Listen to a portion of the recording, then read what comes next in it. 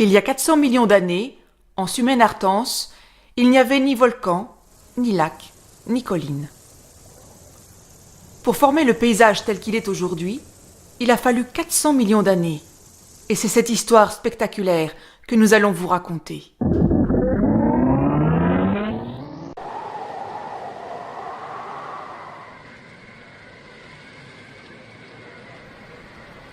Il y a 400 millions d'années, deux continents entrent en collision.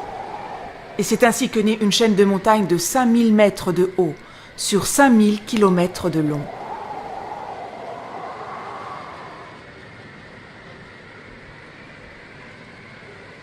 Puis de grandes fractures apparaissent.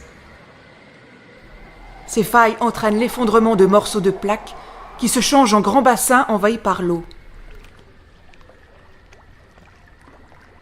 Au fond, des débris de végétaux s'accumulent et se transforment en charbon.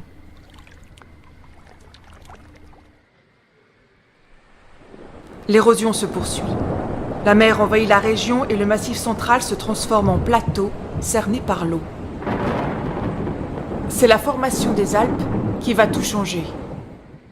Les montagnes s'élèvent. La croûte terrestre s'enfonce et réchauffe le manteau. En remontant, il fait fondre son environnement. Le climat se réchauffe et le paysage change. Puis de premières éruptions se produisent.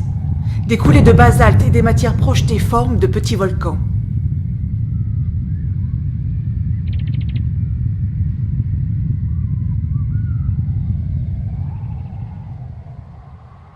Des éruptions explosives génèrent une quantité phénoménale de matériaux. Des coulées de laves épaisses et visqueuses, des dômes de lave solidifiés, des dépôts de nuées ardentes et des cendres s'accumulent. Un dôme monumental s'élève. Et c'est ainsi que naît le plus grand stratovolcan d'Europe de l'Ouest, le Cantal. Ce stratovolcan, sans doute plus grand que l'Etna, aurait alors dépassé les 3000 ou 4000 mètres. Mais l'édifice est instable. Et des pans entiers s'effondrent. De gigantesques avalanches de débris et des coulées boueuses se répandent sur des dizaines de kilomètres. Peu à peu, le Cantal prend sa forme actuelle, un stratocône aplati. Les dernières éruptions répandent de vastes coulées de basalte qui recouvrent plus de la moitié du massif. La majorité des édifices volcaniques visibles en Sumène-Artense sont nés de cette phase de l'histoire volcanique du Cantal. Au Quaternaire, le climat se refroidit. Une épaisse calotte de glace emprisonne le Cantal. Elle s'écoule sur des dizaines de kilomètres et sculpte le paysage.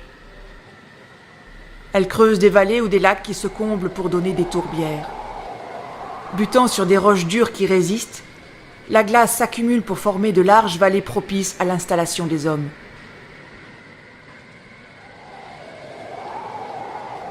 À la fonte des glaces, l'érosion reprend et les cours d'eau creusent leur lit. Et 400 millions d'années après le début de cette histoire, voici le paysage tel que vous pouvez le contempler depuis le rocher d'Agérou en Sumène-Artense.